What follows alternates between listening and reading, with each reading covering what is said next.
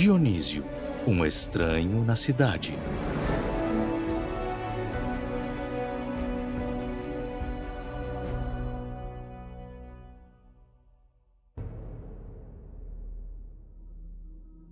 Era uma vez um jovem que adorava cantar, dançar e vestir-se de mulher mais do que qualquer outra coisa. Para onde quer que fosse, uma procissão barulhenta o seguia, formada por ninfas de pele branca e longos cabelos pretos, além de sátiros com chifres de bode. O jovem abria a procissão, armado com um bastão envolto em era e coroado por uma pinha, o bastão de Tirso. Era possível ouvir o som estrondoso do rombo, um instrumento musical de sonoridade intensa que se comparava a um trovão e aos gritos dos deuses. Qualquer pessoa que passasse pela procissão ficava impressionado e também assustado.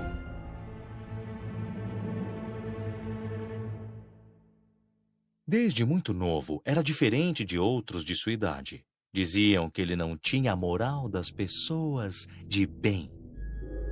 A sua era despreocupada e libertina. E mais de uma vez, ele foi visto caído nas ruas, embriagado de vinho depois de uma noite de amor. Não, com certeza este jovem era muito diferente. Aos olhos de todos, ele era um estranho, um vagabundo, um marginal. E mesmo assim, era certamente um deus. Seu nome era Dionísio. Seu apelido era Agrius, o que significa o selvagem, ou Brômios, o ruidoso, por causa do ruído terrível que acompanhou seu nascimento. Seu nascimento, inesquecível para todos. Zeus, cujo apetite pelas conquistas femininas é bem conhecido, caiu nos encantos de uma jovem, a princesa de Tebas, Semele. Para poder conquistá-la, Zeus assumiu a aparência de um mortal. Era a única forma suportável para os humanos verem os deuses. Se por azar essa regra fosse rompida, as consequências seriam terríveis.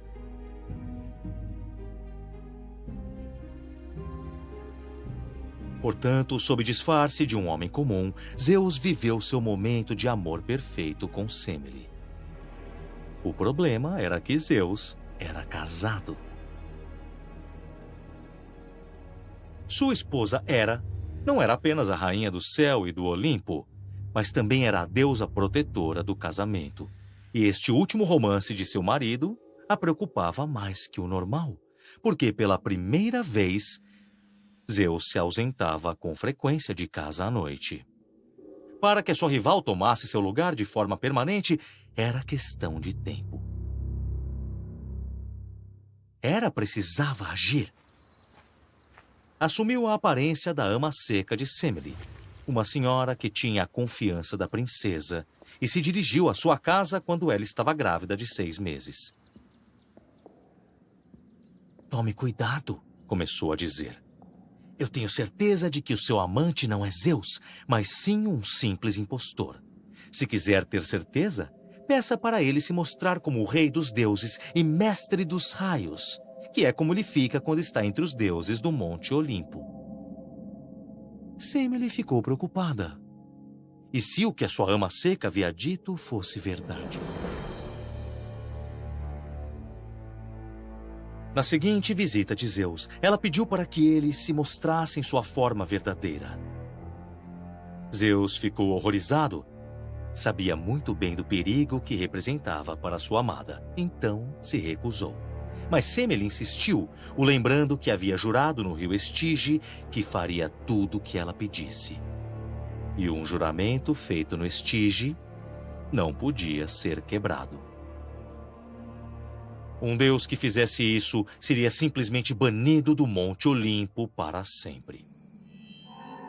Semele implorou. Zeus resistiu. "Está bem", ameaçou Semele. "Se for assim, não terá acesso ao meu quarto." Zeus finalmente cedeu. Diante do olhar suplicante de sua amada, se revelou em todo o seu esplendor de raios e trovões. Então, a tragédia aconteceu. O palácio inteiro ficou em chamas. A pobre Semele apenas teve tempo de dar à luz antes de morrer devorada pelo fogo.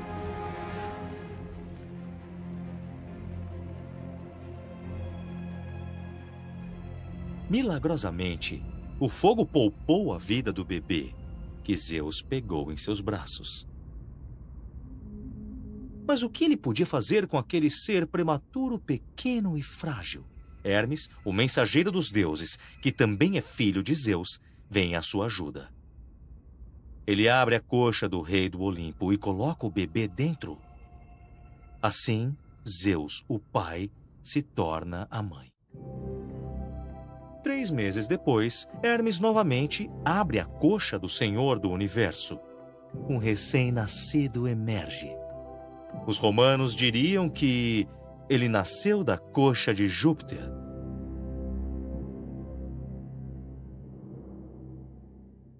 Portanto, Dionísio nasceu 2 vezes, uma do ventre de Semele e outra da coxa de Zeus. E seu segundo nascimento é, sem dúvida, o nascimento de um deus. Sem hesitar, Zeus deixou o bebê com Ino, a irmã de Semele, com a esperança de que crescesse a salvo com ela. Ele ordenou que o vestisse com roupas femininas para que Hera não o reconhecesse. Mas, infelizmente, Hera vigiava de perto.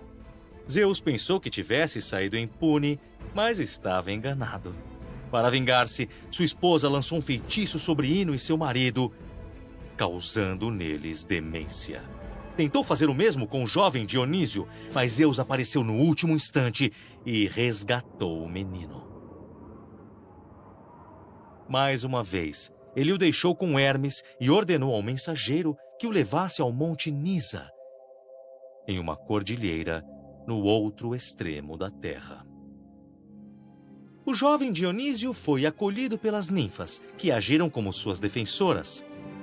Se tornaram suas verdadeiras mães de criação, amamentando-o com generosidade. E com elas, Dionísio cresceu.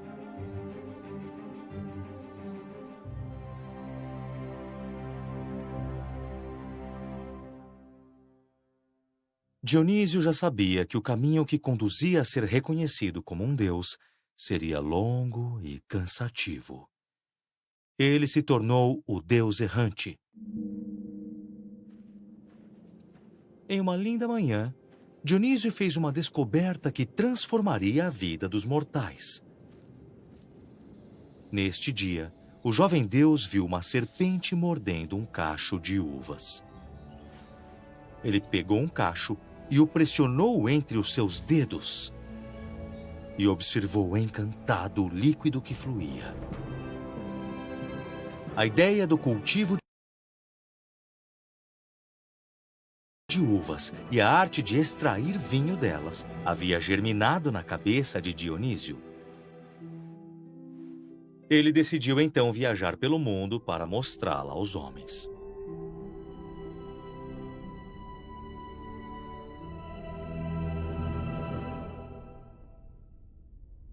Dionísio pegou a estrada, acompanhado por um cortejo barulhento e incomum de mulheres desarrumadas e seminuas, conhecidas como as Mênades.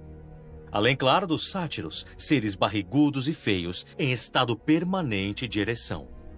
Entre eles, Sileno, o tutor de Dionísio. Sileno era uma pessoa surpreendente. Na maior parte do tempo estava completamente bêbado, mas dizem que possuía uma imensa sabedoria.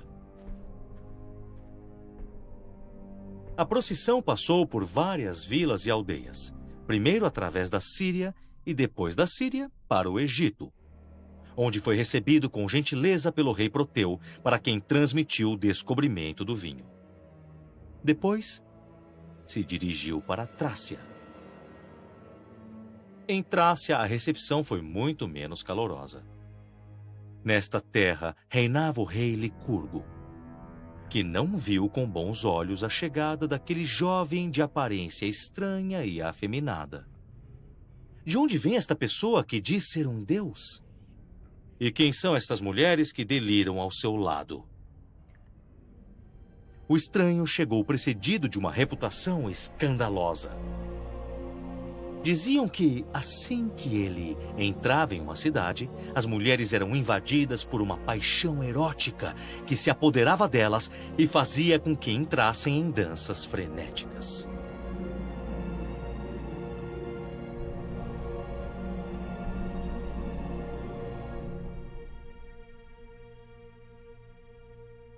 Tudo isso deixou o rei muito preocupado.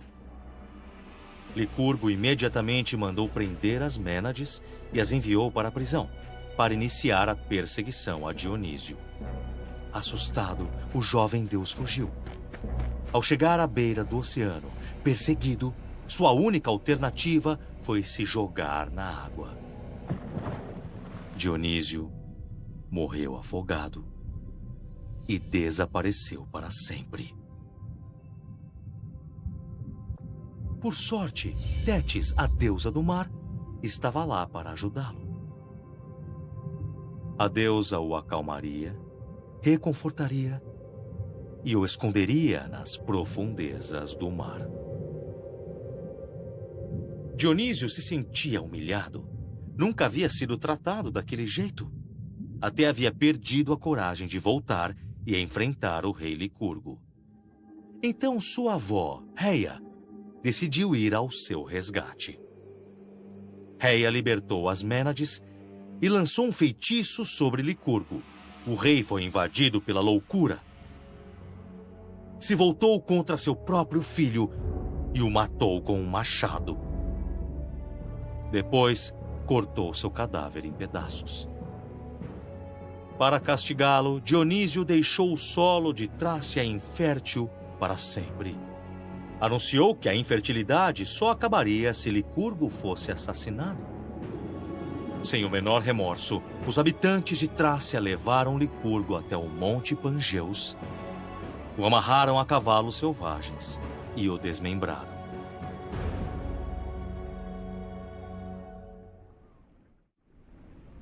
Assim, o jovem Dionísio pôde retomar sua viagem. Partiu para o sul, para a Índia.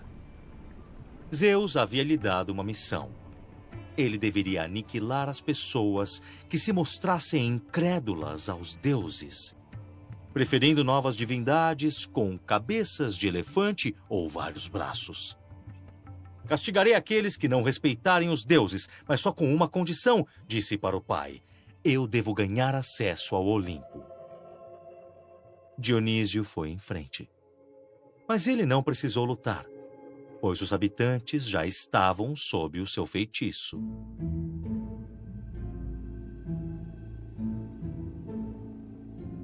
Sua chegada foi recebida com desfiles magníficos, e ele aparecia de pé em uma carruagem enfeitada com vinhas e eras, arrastado por panteras. Acompanhado de seus fiéis, Mênades e sátiros, atravessava cidades entre um turbilhão de gritos, cantos e danças, ao som de flautas e pandeiros.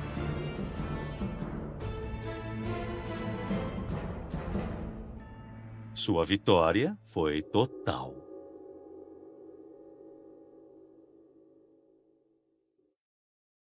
Mas a viagem de Dionísio ainda não havia terminado. Faltava conquistar mais uma cidade, a mais importante de todas. Tebas, a cidade que o viu nascer.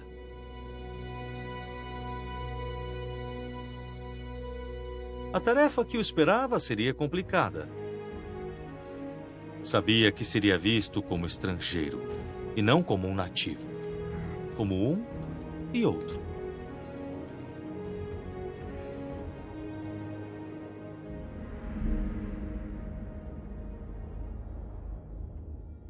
O rei Penteu governava a cidade. Penteu representava a calma e a ordem, e essa ordem não podia ser perturbada por nenhum motivo. Ao ver aquelas mulheres que andavam em estado de êxtase ao redor de Dionísio, seminuas e delirantes, Penteu ficou extremamente chocado. As mulheres foram feitas para ficar em casa, criar seus filhos, cozinhar e não se preocupar com mais nada. E quem são essas pessoas de fantasias estranhas que falam línguas estrangeiras? Não são gregas. E para Penteu, todos que não fossem gregos eram bárbaros. Assim que Dionísio atravessou a muralha de Tebas, contou a história de seu nascimento e revelou para quem quisesse ouvir que era filho de Zeus, ou seja, um deus. Provocou uma grande gargalhada no rei, na sua esposa e no povo. O quê? Esse mendigo miserável que anda com esses bárbaros imundos é filho do rei do Olimpo? As próprias tias de Dionísio, as irmãs de Semele, foram as primeiras a gritar que era um impostor. Nunca quiseram acreditar que sua irmã Semele tinha conseguido seduzir Zeus. Pelo contrário, criaram o boato de que Semele, para não revelar o nome do homem que a havia engravidado, afirmou ter sido amada por Zeus e que ele a havia castigado severamente por tal mentira. O infeliz Dionísio foi expulso de Tebas como um leproso, sob uma chuva de pedras e flechas. Procurou abrigo na floresta do Monte Citerão, que dominava Tebas. Lá, ele sentou sobre uma rocha e apoiou a cabeça nas mãos. Só do outro lado dos mares, no Oriente, havia sido adorado e considerado como um deus. Por que Tebas, a cidade de sua mãe, se recusava a acolhê-lo?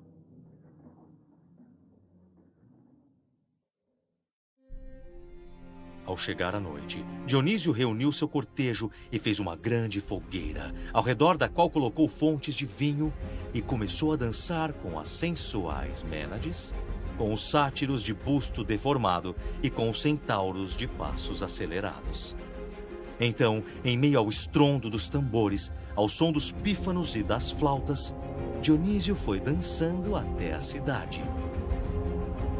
Então começou levando suas tias à loucura. Depois, a esposa de Penteu e todas as mulheres de Tebas. Sem conseguir se controlar, as mulheres seminuas deixaram suas casas, abandonando seus maridos e filhos. No êxtase, na loucura e no delírio, começaram a adorar o novo deus, Dionísio. Dionísio as aplaude e ordena que se juntem às Mênades no Monte Citerão. Lá juntos, poderiam dedicar-se sem restrições aos prazeres da carne e do vinho.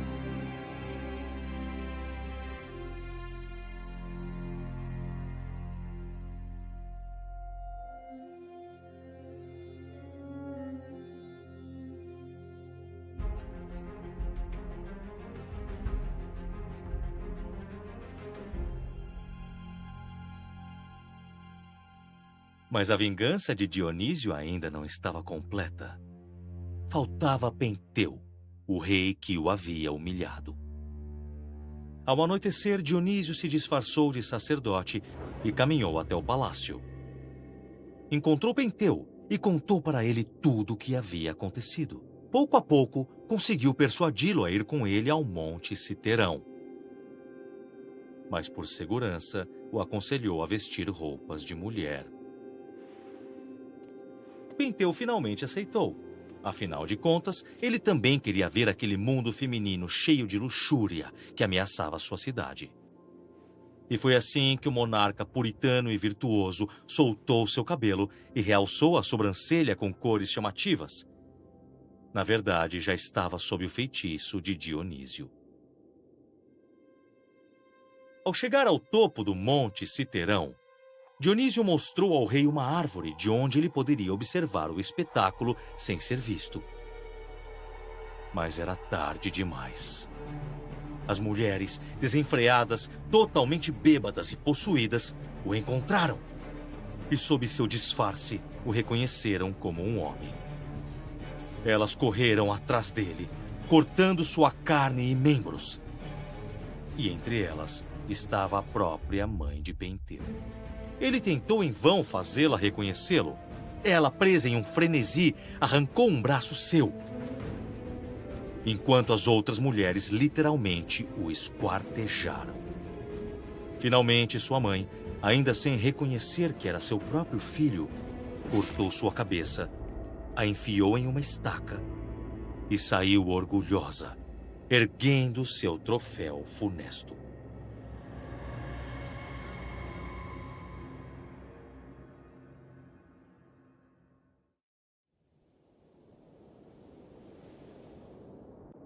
Quando as mulheres de Tebas recuperaram a consciência e voltaram à cidade, Dionísio as esperava. Ele apareceu e disse: Povo de Tebas, sou o maior desafio que a humanidade já teve. Vocês caíram na armadilha dos hábitos, como todos os mortais. Veneraram ordem e disciplina, que são certamente indispensáveis para viver em paz no coração da cidade, mas esqueceram da parte estranha que os preocupa e que, apesar disso, está nas profundezas de seu ser.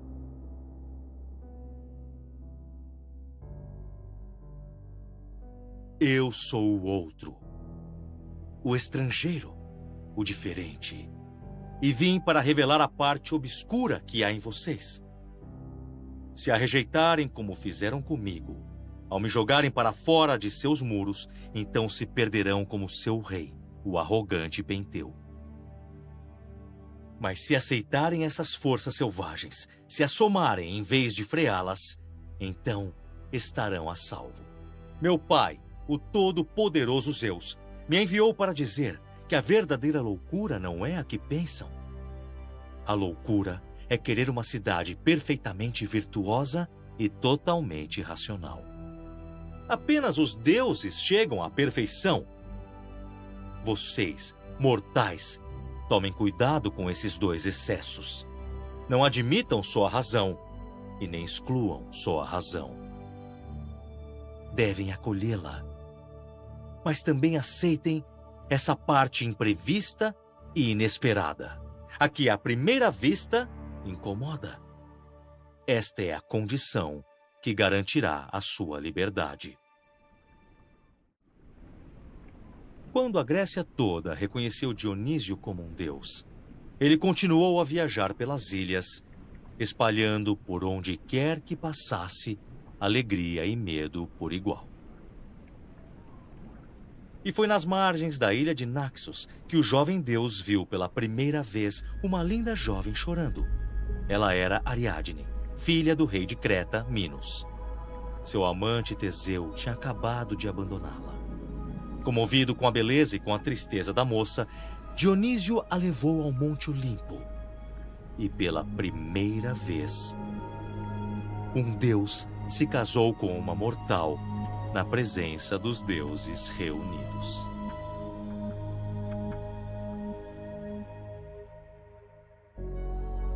O poder do filho de Zeus foi então reconhecido por todos.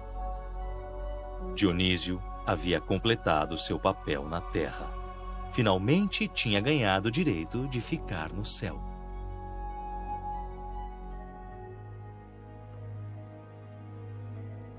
Dionísio, o bastardo de Tebas, o estranho na cidade, teve que se esforçar para impor sua divindade.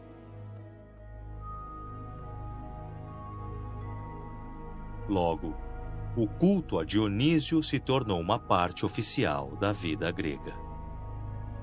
Na primavera e no outono, as cidades organizavam grandes festivais populares, que deram lugar a uma forma essencial da arte grega, o teatro. Pouco a pouco, os poemas tomaram a forma de obras, que eram apresentadas em locais consagrados ao deus. Estes foram os famosos teatros da Grécia Antiga. Falavam sobre a vida e as façanhas de Dionísio, assim como de outros grandes heróis da mitologia. Se fantasiavam, usavam máscaras, dançavam e bebiam. Durante os rituais clandestinos, Os seguidores de Dionísio, em busca de comunhão com ele, consumiam a carne de um animal sacrificado como o corpo do deus e bebiam uma taça de vinho como o sangue do deus.